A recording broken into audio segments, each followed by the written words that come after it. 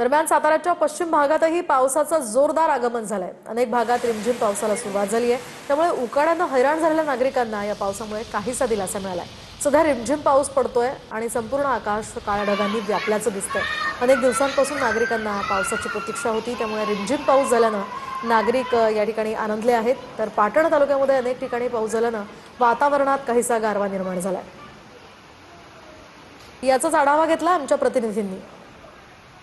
सातारा शहरामध्ये पावसाचं आगमन झालेलं पाहायला मिळत आहे। सातारा शहराच्या लगत असणाऱ्या ग्रामीण भागात आता सध्या पाऊस हा सुरू झालेला पाहायला मिळत आहे।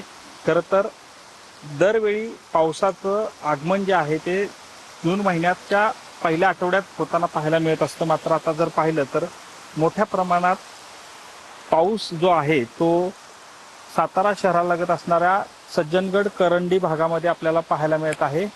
यामुळं आता शेतकऱ्यांमध्ये समाधानाचं वातावरण पाहायला मिळत आहे, कारण मागील काही दिवसापासून या भागात ज्या शेतीच्या पेरण्या होत्या किंवा मशागतीची कामं देखील रेंगाळलेली पाहायला मिळत होती।